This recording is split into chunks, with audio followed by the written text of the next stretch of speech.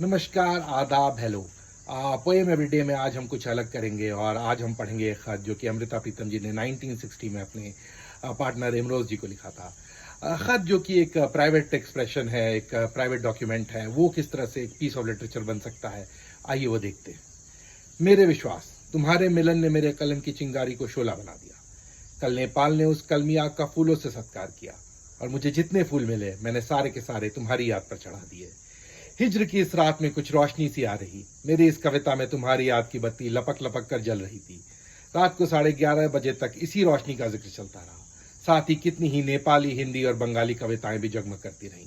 एक फारसी का शेर भी था जिसका भाव था, रेगिस्तान में हम धूप से चमकती हुई रेत को पानी समझकर भागते हैं, धोखा खाते हैं, तड़पते हैं, पर लोग कहते हैं रेत रेत है, पानी नहीं बन सकती।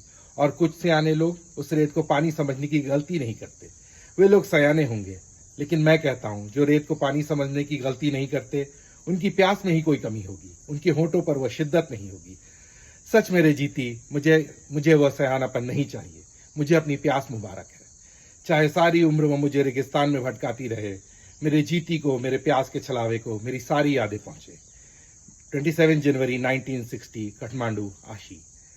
और इस खत में जो कविता का जिक्र है, आइए उस कविता को भी पढ़ते हैं। हिज्र की इस रात में कुछ रोशनी सी आ रही है। शायद याद की बत्ती कुछ और ऊंची हो गई है। एक हादसा, एक जख्म और एक टीस दिल के पास थी। रात को सितारों की रक्म इन्हें जर्ब दे गई। नजर के आसमान से सूरज कहीं दूर चला गया, पर अब भी चांद में उसकी खुशबू आ रही है।